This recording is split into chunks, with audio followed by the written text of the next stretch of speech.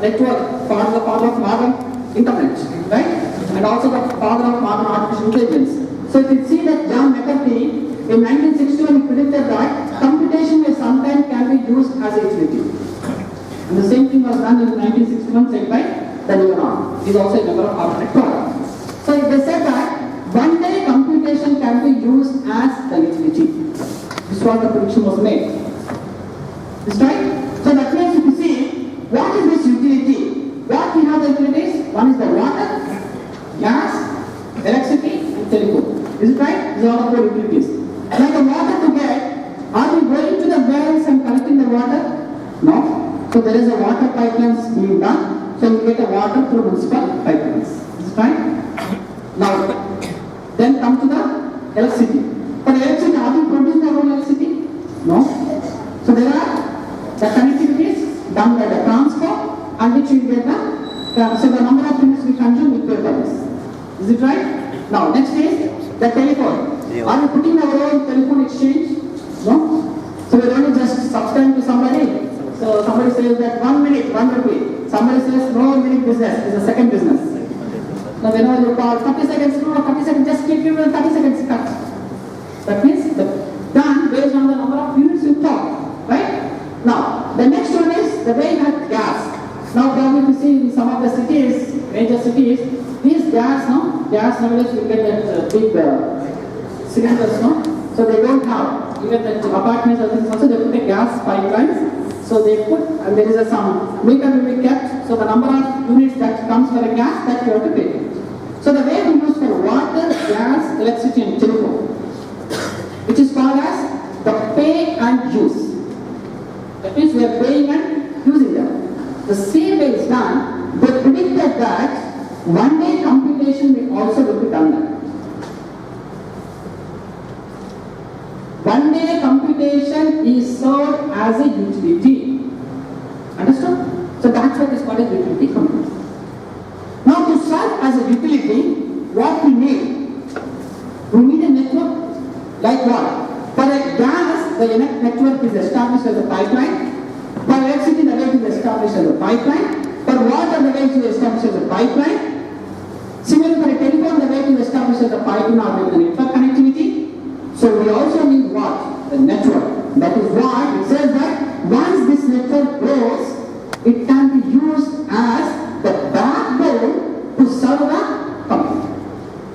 That is why it is called as the utility computing model.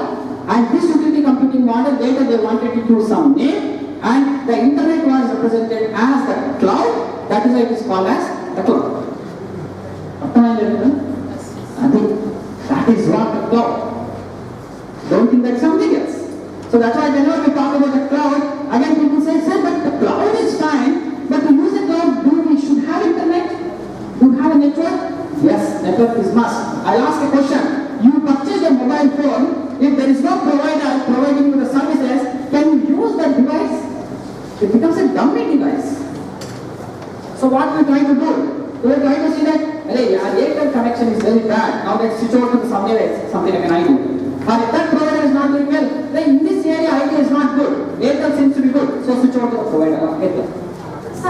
So like this, we have an option to choose for our provider who can provide the connectivity without any interruptions. Yes or no? That is what we use the cloud. We need a network. Without network, it will not work.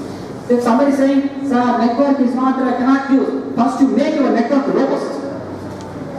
Build it. Then you can use all these technologies. Because everybody wants to connect each other. So this connectivity will come only when you have the backbone is very robust.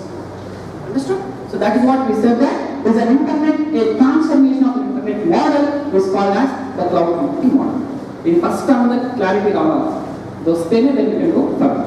Clear? And the now let's see that then I'll ask you questions. Okay, now what we do is we will spend question times. Question and teaching, right? No more theory. Now the question is like this. We see that there is a web also. Web technology is also there. Then why, if web is already there, then why to name another name like a cloud? Just think. If already there is some technology like a web, something like an internet or World Wide Web? When it is already there, why to bring another name like another jargon like a cloud computing? Is it necessary? Storage? What kind of a storage? Okay? Just say no. Something you say, whatever you want to say, you say no problem. But don't talk about any movies, huh? We talk about a cloud. Virtualization? Okay? Virtualization? What else? Okay, I'll ask one more question to enable you to ask me questions. Okay? Let's say that everybody knows about that web, no? Web hosting basically. Everybody, college also has a website, right? And do you think that college website is there in the campus? There is no server in the campus. Where is the server? Somewhere else in the internet. Maybe the college must have registered something like a GoDaddy.com, somebody else. What they do? They took a domain name and they register with some provider like somebody else, a web hosting provider, and they design a website, and all these web pages are put it onto the web hosting provider. So can I call this web hosting provider as a cloud? Sir, no. Yes. Okay, web hosting is already a cloud, then again why to call this as a cloud? Yes? Understood the question? Then I can also call the web hosting itself. No, again why to bring another jargon like a cloud? Yes? Yes or no? The question is valid. So just think about it. Yes? Cost. What kind of a cost? Setting up cost. Okay? Cost. Okay. Performance. Okay. Any questions? Any answers? Sorry? Processing. Okay. Anything? Question అర్థమైందా? అబ్బాయిలకు అర్థమైందా? Boys, understood the question? Okay. Now, I'll ask the question like this. I designed the website. How do I design the website? On my system, local system, right? I'll pick up some Intel system or maybe some processor with operating system of some operating system. Then I'll put some software called what? Some software for designing web pages. What I'll use? Some HTML pages I'll design. Either maybe Notepad or some other software, Dreamweaver or Adobe, anything whatever I use, I'll design. You also know HTML, no? Everybody knows. Or you also know about some Java, JS and other things also. .NET based also you can design. So you can also design a .NET based website, and this website you are putting on the web hosting provider. Clear? Looks fine. Now the question is, I also want a system to design my website. Just understand the difference. Right now I am designing the website on my local system. Now I don't want to design the website in my local system. I also want a system which is coming remotely, which will enable me to design the website. How do I do? Can this web hosting person can give me that system? No. What he gives? He only gives you to put a website. Yes or no? But where you need to design the website? On the local system, and you just put it to the web hosting provider. That means when you see right now the web, when you see, it is just a passive. It will enable you to put your content there and probably retrieve the content, but when you want to work on the content, that you cannot get it. Yes or no? When you want to work out on the content, you cannot work out. It will not give you any kind of a computing power to design the websites or to design to run your workflows. It will not give you. It is just to enable you to put a content. That's all. That's enough more. Now what I want? I also want a system to design my applications. I need some computing power which can come, which can design my applications. So this is what the cloud does. Right? So you also want a computing power coming from the web. So that's what when we talk about coming from a computing power, getting a computing power from the web is called as what? The cloud computing does it. Right? So just to understand this one more why it is required, let me just say that, okay fine, let's say that that I have something called, how many of you purchased laptops? Right, everybody has laptops, good. So how much you spend? Each laptop comes how much? 40,000 rupees? Something 40,000. So 40,000 rupees, fine. So you purchase a laptop when you are at first year, laptop and desktop. And there is one law called Moore's law. What does Moore's law says? The number of transistors on the chip double for every 18 months. 18 months is 1.5 years. So if you purchase a laptop first year, so after 1.5 years it becomes old. So Moore's law, even if you take like another 1.5 years, so 3 years. Now tell me the laptop which you purchased in first year, by this time you may think it's very old. Agree? Under follow now. That's what the Moore's law says. And then the final question of what are you going to do? How much you spend? 40,000. So how many years? 2 years. So 40,000 by 3. How much it comes? 13,000. 13,000 per annum. 13,000 by 12. Somewhere around 1,000 rupees per month. 1,000 by 30. 30 rupees per day. 30 rupees per day. Now most of the time this system laptop is used for either for Facebook or for watching movies or for chit-chatting. Or you go and watch 30 rupees are spending. But you never do.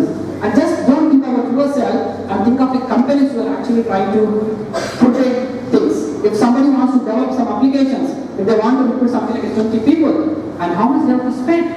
And just but not with the way of purchasing. Later it should be maintained. Generally, my maintenance issues in the country, but if you go to the companies, after purchasing every year they have to spend almost all 10 to 25% per age. A purchasing cost అయిపోతుందో దానికంటే ఆ annual maintenance కి over 10 years of time చూసుకుంటే దానికి double cost pay చేస్తారు. That means you are trying to spend lot of things on just infrastructure management, and you are also trying to spend lot of time even when you don't need it. Now the idea is, if somebody can give me, what will be your need? Let's say I just want to use something called I want to run a Java program. If somebody can give me a system, maybe for one day to run the Java programming, I take the system, I learn the Java program for one day, okay, probably for one day somebody can charge me 10 rupees also. Am I happy to do that? Sir, no. That is where the cloud has come into the picture. Now if you see a cloud, what it does, it actually delivers the resources over the network that you wanted. That is why it is called as the internet-based model which you deliver the resources. Understood? That is why it is called as a utility computing model. And another way you say, it is based on the on-demand. That means whenever you want it, you will get the resources. It is not that whenever I want. Let's say that I want a system which can work maybe on the Intel processor of so-and-so configuration, so-and-so hard disk, and so-and-so computing power. That if you just place a request, you could be able to see and work on it. The number of hours that you work, you can pay for that. That is what it is called as the utility computing model. The way we use 4 utilities, I also wanted the computing also to come as the utility. That's why it is called as utility computing, cloud computing model. Is it fine? So which we are not able to get. If I ask any that hosting provider, it will not give me the computing power, but here I can get a computing power which normally cannot do. That is why it is called as the cloud computing model. Is clear now? Right, everybody? Now, coming to this, what we do next is, the way we have do the water, electricity, gas and telephone. So here also something like, there is a web, there is an internet here. So from the internet I just put a request, and the configuration that I am trying to see, that I could be able to see on my display. Now probably you can ask, sir, but the display also to see, I need some kind of a, may have some doubt, no? Fine sir, computer వస్తుంది బాగానే ఉంది, చూడాలి, దాన్ని work చేయాలి అంటే కూడా నాకు ఇంకో కంప్యూటర్ కావాలి కదా. Sir, then how do you get that? That's what I told. Maybe when you see, maybe sometime, your TVs, whatever the displays you have, everybody, all the TVs nowadays are coming as the Wi-Fi network, right? No? Wi-Fi means what? You are connected to internet. So now you register your system over a cloud. You say that now press that button cloud. Now you will be able to see your system on the. So that is what is going to change. So what you need, you just need a connectivity. That connectivity can be a wireless connectivity or it could be a wired connectivity.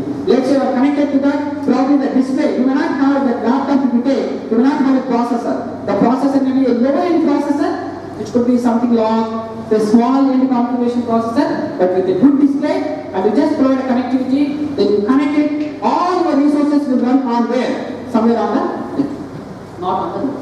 That is where the cloud computing comes into the picture. Now the challenges is, the resources are not local. Where are they? They are on the remote. Now how do we manage?